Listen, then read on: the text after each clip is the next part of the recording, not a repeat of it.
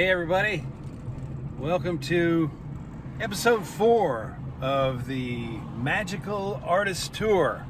Today I'm going to give you a little taste of what it's like doing the artist tour. We're not going to go to any studios as we do it, but this is driving around Topanga. This is kind of what it's like, folks. Lots of curvy roads. I'm going to keep my eyes on the road. I'm not going to look at you guys because that would be dangerous.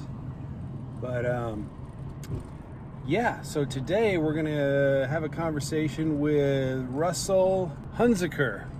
Russell's a talented landscape painter. I hope you enjoy this interview from Diana Mather.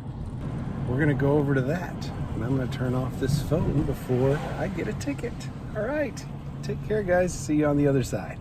Bye-bye. All right, this is Diana Mather for Topanga New Times, today with magical artist Russell Hunziker.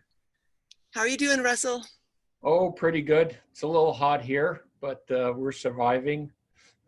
Good. You're in your studio in the Palisades. Yeah, or as I call it, the garage. But we're trying to do the best we can here. When did this take place in regard to you making the leap from aerospace engineering into painting? Oh my goodness. Well, let's see. I worked in a couple of aerospace companies for 40 years.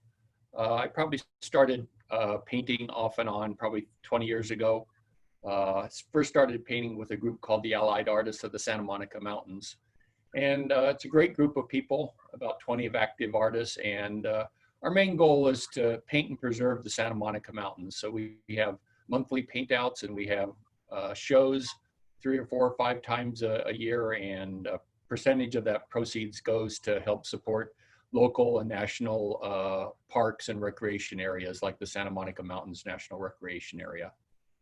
And looking through the work on your website, the majority of what you show is from the Santa Monica Mountains and seashores, places that any hiker can recognize. Yes.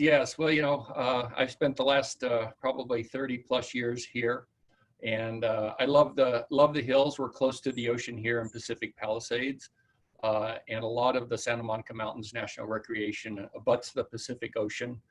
Pretty much goes all the way from Will Rogers all the way up to Point Magoo State Park. So it's about 60 or 70 miles. And it has a trail, believe it or not, a 67-mile long trail that follows the ridge from Will Rogers State Park up to Big Sycamore Canyon. So that's something that if you're a hiking enthusiast, I recommend you check out. So how does hiking, you're an avid hiker, and you know the trails of the Santa Monica Mountains well. In fact, you also volunteer, I understand, at the King Gillette Ranch Visitor Center, where you recommend trails to hikers. Oh yeah, that's my other passion, and I guess my other job after I retired. It's amazing. You can get a lot of jobs if you don't charge anybody any money. But it's great.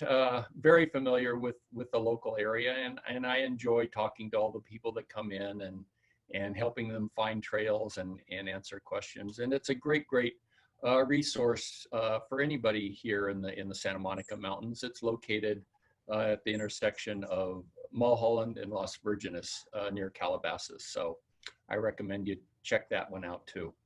Well, great. And how does hiking impact your painting process? Well, I started hiking years ago here in Santa Monica Mountains. I grew up in Carpinteria, so hiking around there and being in the beaches, and also in the Sierra Nevadas and Idaho, Montana, Wyoming, backpacking with my brother. So really, my love of nature really started out as hiking, and I did a lot of nature and landscape photography, and that just kind of morphed into watercolors and acrylics, and now I'm pretty much painting in oil. So all of my paintings are places that I've hiked to and felt a special connection with. You mentioned on your website that you use watercolors and acrylics which have water in them, and certainly a lot of your seascapes have that motion of water in them. Well, it's a real connection. Like I said, I love the ocean, and I love painting water. It has a special quality to it, and to have the medium be water soluble and use water is kind of a special connection. So it connects what I'm painting with the place that I'm painting it. Is that a work in progress you have behind you there? And can Yes, you this tell me is about that? something I'm working on for an upcoming show at the Topanga Canyon Gallery. The title of the show, I think, is going to be Fragile Links, and it will be myself, Patrick Ramsey, and Lois York, all of the Topanga Canyon Gallery. And it's a statement on, as it says, the fragile links between what we do as humans and the environment. And what I've been working on in this series is kind of an understated connection that we have with the environment. This particular piece I'm finishing up here is actually in the marine headlands near Mount Tamalpais up near San Francisco. And it shows some oak trees that follow the valley. And that story is kind of a unique one, but you've heard it a lot. With the increasing temperature and the oak trees just really can't tolerate the increased temperatures for the prolonged period of time. And we mentioned King Gillette Ranch Visitor Center that has a wonderful grove of oak trees, coast live oak and valley oak.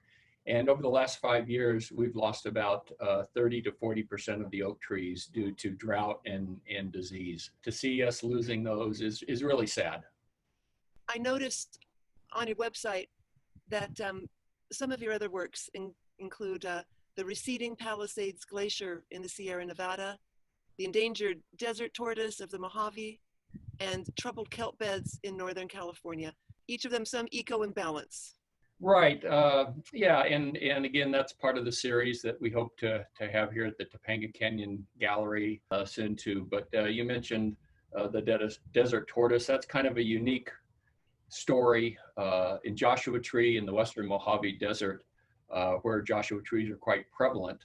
The desert tortoise is an endangered species. And the painting, you can go on my website and see it, shows a Joshua tree in the springtime in a field of poppies with 3 or 4 ravens flying and alighting in the Joshua tree. And what that speaks to is with the increased human presence in Joshua Tree in the Western Mojave Desert, there's an increased food source and water source for the ravens. Their population has exploded, and the rangers and naturalists have found that the ravens are eating the baby desert tortoises. So that's especially poignant. It's hard sometimes to figure out the links and what humans do to interrupt those, but that's one case. The other one you mentioned is a underwater scene over at Santa Cruz Island. I like to go over there with my cousin and dive for kelp bass, and of course abalone have been gone for more than 10 years now, scallops. But what's happened with the increasing water temperatures all along the California coast from Northern California all the way down here, there's been an explosion of the blue sea urchin, spiny sea urchin. And they love to eat kelp. They eat the tendrils that attach the kelp to this seafloor, and the kelp can't survive. So in some other areas, we've lost about 80 or 90% of the kelp forest. As a young boy, I remember they used to have a kelp cutter that would go up and down the coast off of Santa Barbara and Carpinteria and Ventura. And there'd be vast beds of kelp. In fact, it would be very difficult to row out from the beach beyond that. It was a solid blanket of kelp, and that's all gone now. I appreciate you using your talent to sound the alarm on those issues. Now, about that painting behind you, why did you compose it like that? And what are your next steps going to be on that? Let's take a look at this for a minute. Other than being a nice scene, there are a couple of classic designs in landscape painting. Edgar Payne put out a wonderful book that describes many designs. One of them is a circular design or a serpentine design. So in this particular painting, it works out that our eye can enter here, continue up here along this path, and then back along the far ridge. So that's kind of a circular path. You can also say it also has kind of a serpentine or S-shaped path.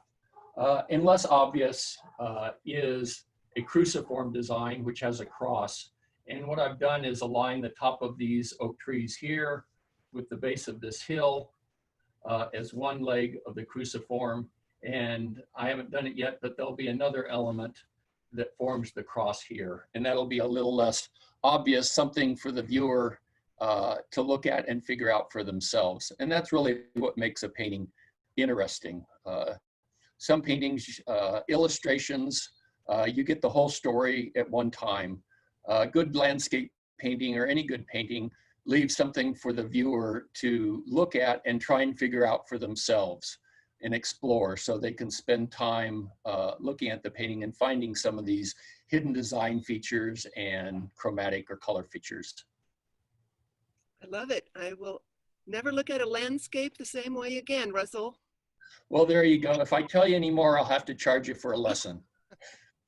You know, one thing about landscapes, and this is something that Leonardo da Vinci developed early on, and that was in the 1500s. Prior to him, you know, most of the paintings were, I'll say, very flat. All the lines were very sharp and crisp. There was no 3D form. The foreground and background were all the same value. And he was an amazing observer of nature. Of course, we know him for all his wonderful machines, the Mona Lisa. And one of the things that he developed with the Mona Lisa and a lot of his portraitures was to get this 3D effect. And one of the things he noticed in the landscape is as you retreat farther from the viewer, the scene turns more blue due to the refraction of light. And even though we know that trees are green, back here in the distance, these might be a little bluish because of that.